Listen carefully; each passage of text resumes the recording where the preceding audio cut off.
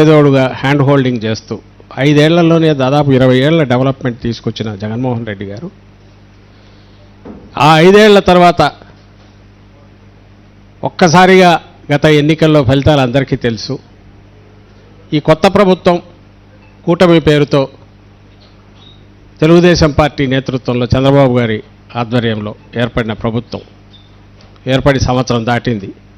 15 నెలల్లోనే మొత్తంగా 5 ఏళ్లలో నిర్మించిన ఒక వ్యవస్థల పరంగా కానీ లేదా అన్ని వర్గాల సంక్షేమం రీత్యా కానీ వాళ్ళ సాధికారతను పెంచే దిశగా కానీ జగన్మోహన్ రెడ్డి గారు చేసిన మార్పులన్నింటినీ విధ్వంసం చేసి ఈరోజు ఒక అరాచకం మాత్రమే ఉందనడానికి ఎక్కడ తగిలినా అది విద్య కావచ్చు, వైద్యం కావచ్చు, ఇప్పుడు తాజాగా మనం ఏ ఇష్యూ గురించి అయితే మాట్లాడుతున్నామో రైతాంగానికి వ్యవసాయానికి సంబంధించిన సమస్య కావచ్చు, అసలు ప్రభుత్వం అనేది లేదు, అరాచకం తప్ప, లేదా మాఫియా అరాచకాన్ని ఆసరాగా చేసుకొని మాఫియా ముఠాల రాజ్యం నడుస్తుంది.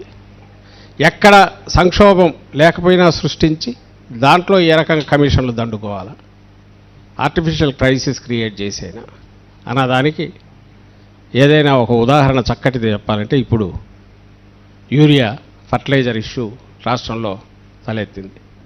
ముఖ్యమంత్రి మాటల్లోనే చెప్తున్నాడు యూరియాకు సమస్య లేదు, కావాల్సినంత ఉందని.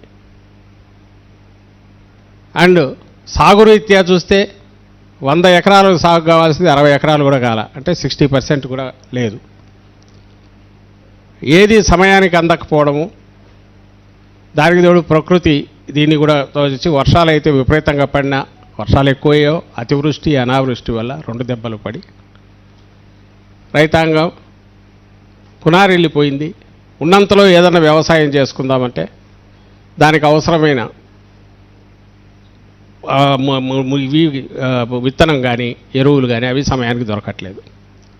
ఎక్కడైతే గవర్నమెంట్ రోల్ ఉందో ప్రభుత్వం దాని పాత్ర అవసరమో అక్కడ పూర్తి చేతులు ఎత్తేసింది చంద్రబాబు నాయుడు ప్రభుత్వం. దానికి నేను ఇంతకుముందు చెప్పినట్టు ఉదాహరణగా ప్రత్యక్ష సాక్ష్యం వచ్చి ఎరువుల కొరత. ఈ ఎరువుల కొరత లేదని ముఖ్యమంత్రి చెప్తున్నాడు, కానీ క్యూలు అయితే ప్రతి డిపో దగ్గర లేక కొనుగోలు కేంద్రాల దగ్గర పొద్దున నుంచి రాత్రి వరకు దాని చుట్టూ కాళ్ళు అరిగేటట్టు తిరుగుతున్నారు. 14కు ముందు 19కు ముందు ఉన్న పరిస్థితి అప్పుడు ఫోటోలు చూసేవాళ్ళం, చెప్పులు వరుసగా క్యూలో ఉండేటివి. మళ్ళీ ఎప్పుడు వస్తుందో తెలియదు ఎరువు అని, రాత్రి వరకు ఉండాల్సి వచ్చేది, కాళ్ళు అరిగేటట్టు తిరగాల్సి వచ్చేది. సేమ్ అదే పరిస్థితి మళ్ళీ వచ్చింది.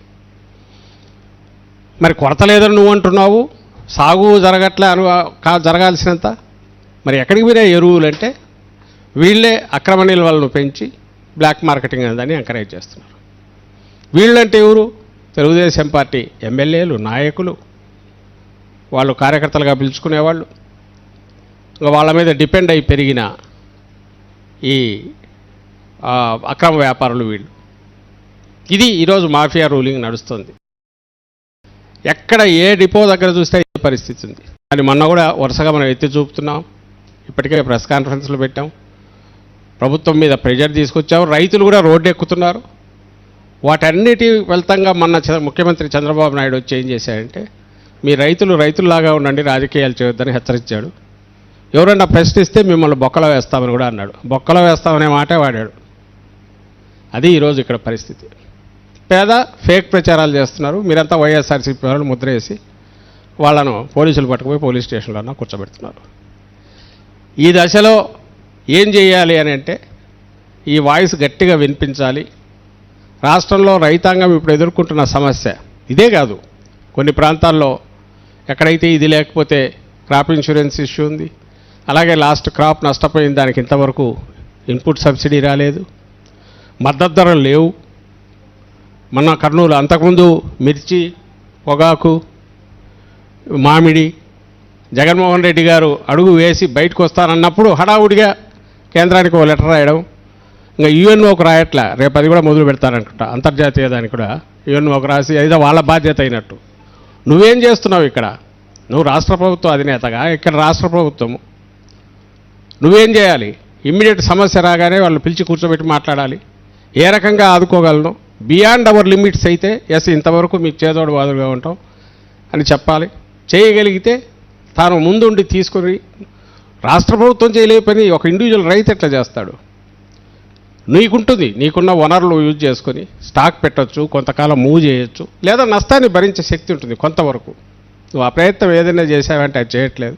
మద్దతు ధరలు ఎక్కడా లేవు, గాలికి వదిలేశారు. దాని మీద జగన్మోహన్ రెడ్డి గారు వస్తున్నారంటే హడావుడిగా ఏదో ఒకటి అనౌన్స్ చేసేయడం, ఎక్కడైనా మద్దతు ధర ఇవ్వకపోతే మిమ్మల్ని కొడతామని చెప్పి వాళ్ళు ఎవరో కొనేవాడిని బెదిరించడం.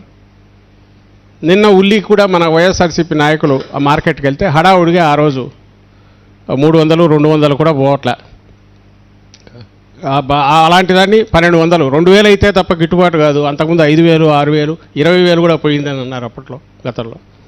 అలాంటిది 1200కు కొంటామన్నారు. అది కూడా సరిపోదని రైతులు మొత్తుకుంటున్నా 1200కు కొంటామని మెల్లగా ఒక 2-3 రోజుల తర్వాత ఒక కొనుగోలు కేంద్రం అని ఓపెన్ చేశారు. ఐ థింక్ అది మూతపడి ఉంటుంది ఇప్పటికీ, లేదా దాంట్లో ఒక 500 టన్నులు 1000 టన్నులు కొనింటారు, చేతులు దులుపుకుంటారు. జస్ట్ ప్రెజర్ పడినప్పుడు కన్సలేషన్ లాగా ఏదో చేస్తున్నారు.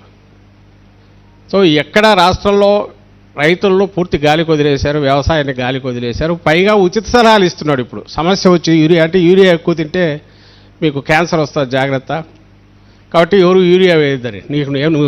నువ్వు సంస్కర్తవా, నువ్వు అడిగినప్పుడు ఇప్పుడు చెప్తున్నావు. నీ నిజంగా కాబట్టి నీ పాలసీలో అది చేసుకో. నీ ఓవరాల్ పాలసీలో సైంటిఫిక్ ఇది చూపి సైంటిస్టులు చేయాల్సిన పని వాళ్ళకు వదిలేసి ఓవర్ ది పీరియడ్ మెల్లగా మైండ్ సెట్ మార్చే రకంగా ప్రచారం చేస్తే చెయ్యి తప్పులేదు. ఓవర్ ఏది వాడకూడదు, అది ఆయన చెప్పాల్సిన అవసరం లే. ఎక్కువ తింటే అజీర్ణం చేస్తుంది, దానికి ఎక్కువ వేసినా వేస్ట్ అన్న అవుతుంది. నీళ్ళు ఎక్కువ పట్టినా పాడవుతుంది, కుళ్ళిపోతుంది పంట. ఇది చంద్రబాబు నాయుడు ఈరోజు ఆయన రీసెర్చ్ చేసి పెట్టాల్సిందేం కాదు.